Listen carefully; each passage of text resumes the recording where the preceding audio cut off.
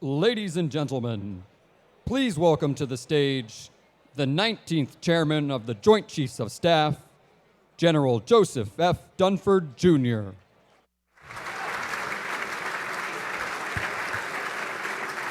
Hey, good evening, ladies and gentlemen. I have the honor of introducing General Mike Scaparrotti, this year's recipient of the Council's Distinguished Military Leadership Award. General Scaparrotti is currently serving as the Commander of the United States European Command and as Supreme Allied Commander Europe. He's a 1978 graduate of the United States Military Academy, West Point, and to use a Marine expression, for the last 4 decades, he has served in literally every clime and place. And that service includes commanding forces during Operation Iraqi Freedom, Operation Enduring Freedom in Afghanistan, Operation Support Hope in Zaire, Rwanda, Operation Joint Endeavor in Bosnia-Herzegovina, and Operation Assured Response in Liberia. He's an extraordinary leader, a strategic thinker, and somebody I'm proud to call a friend. I have known him for many years and always admired his ability to build teams based on a foundation of trust and commitment. In Afghanistan, he commanded more than 130,000 NATO and NATO-partnered forces from 50 different countries. And it was his leadership that brought the force together and enabled them to thrive in the crucible of combat. In Korea, as the commander of the United Nations Command, Combined Forces Command, and U.S. Forces Korea, Mike worked closely with partners throughout the Pacific to strengthen and sustain resolve, enhance U.S. Republic of Korea interoperability, and ensure the alliance was always ready to fight tonight.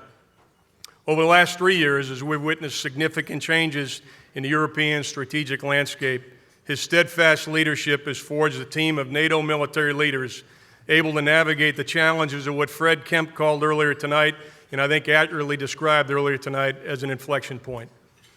As resurgent Russia seeks to undermine the credibility of the alliance, and as the alliance has dealt with violent extremism and the challenges from the South, Mike's led the transformation of NATO's military capabilities to be, in NATO terms, fit for purpose for the 21st century. Consistent with the mission of the Atlantic Council, he's made an important and lasting contribution to the strength of our transatlantic relationships. And ladies and gentlemen, I'd like to go off script for just a minute. Mike is accompanied tonight by his wife Cindy, who's sitting over here, and she'll probably never speak to me again, but I want to ask her to please stand and be recognized for her 4 decades of service and support.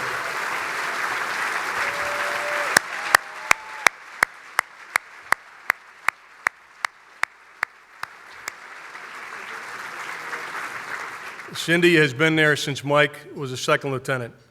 Ladies and gentlemen, it's now my privilege to introduce General Mike Scaparrotti, this year's Distinguished Military Leader.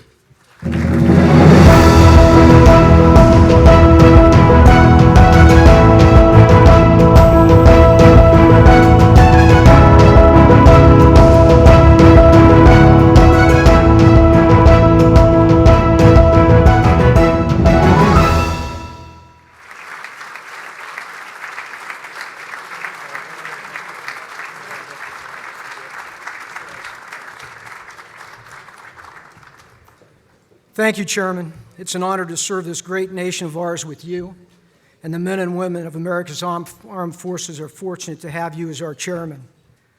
You personify the professionalism and selfless service that distinguishes our country's finest officers. And I'm grateful for your leadership, your example, and for your friendship as well. To the Atlantic Council, I'm profoundly grateful and touched by this award. I would like to thank the staff here, in particular, for their hard work behind the scenes, And I want to extend my thanks as well to Fred Kemp and Damon Wilson for their leadership as eloquent spokesmen for this organization and for the values that the Atlantic Council upholds. I personally, the U.S. European Command, the Supreme Headquarters, Allied Powers Europe, have benefited tremendously from the Council's expert analysis and thinking on complex issues that will define the future of our security. I would also like to congratulate the other honorees tonight. I'm deeply humbled to be recognized with you, a two-term President of the United States, a visionary servant leader who built a global company, a Grammy Award winner and philanthropist. And then there's me, a soldier a long way from Logan, Ohio. The journey I've taken would not have been possible without the love and support of my family through the years. My wife, Cindy, my son, Mike, and my daughter, Stephanie, and their spouses are here with me tonight. And they represent the families of our armed forces who serve and sacrifice as well.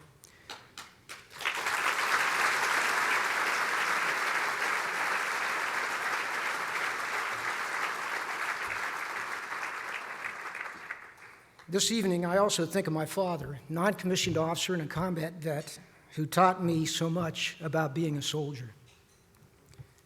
Tonight, I'll accept this award on behalf of the inspiring men and women of NATO and the United States European Command. As we gather this evening, tens of thousands of NATO service members from all 29 allied nations are deployed around the world conducting operations, missions, and training exercises in the Arctic, in the High North, in Afghanistan, along the Eastern Alliance border, in multinational battle groups from Estonia to Romania, in naval task forces tonight in the North Atlantic, the Baltic and Black Seas, and in the Mediterranean. And they're over the skies of Europe providing air surveillance. These men and women of NATO are demonstrating the alliance's resolve and its ability to change and to remain relevant in a complex environment. In the U.S. European Command, more than 60,000 service members and civilians are forward deployed, supporting and defending our nation's interest in Europe and in the broader Euro-Atlantic. EUCOM forces support NATO, they deter Russia, defend Israel, counter transnational threats, and enable operations around the world. Every day, our soldiers, sailors, airmen, Marines, Coast Guardsmen, and civilians demonstrate their commitment to professionalism and excellence in their duties. And I'm proud of all they have accomplished and all they will continue to do for our country. Our mission in Europe is as important as ever. As our national defense strategy states, a strong and free Europe, bound by shared principles of democracy, national sovereignty, and a commitment to Article 5 of the North Atlantic Treaty, is vital to our security. Even as we affirm these principles, we recognize that democratic values are once again under assault, both by nation-states who benefit from destabilization and by non-state actors who thrive in disorder. They value power over principle, and in their pursuit of power, they seek to sow discord, confusion, and doubt within the nations of the Euro-Atlantic. In the face of these challenges, some skeptics question the strength of our values and the resiliency of the rules-based international order that underpins our security and prosperity. This is why now, more than ever, we must articulate our principles with clarity, consistency, and conviction. We must communicate our narrative of freedom, democracy, and rule of law. We must affirm the importance of our alliances and partnerships, which remain the backbone of our global security.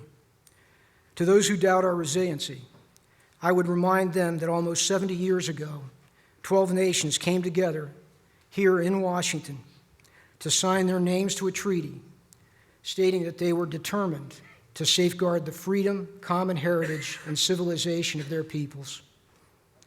Over the decades, this treaty and the NATO alliance it founded have been tested, but the U.S., our allies, and our partners have met every test with unity and resolve. Today, as the U.S. and NATO face this complex and dynamic security environment, we must maintain our resolve to obtain the defense posture we need, to continue to adapt, to preserve the unity of the alliance, and to strengthen the international order we've created. And I'm confident that we'll do so, supported by the significant work of the Atlantic Council. Ladies and gentlemen, thank you.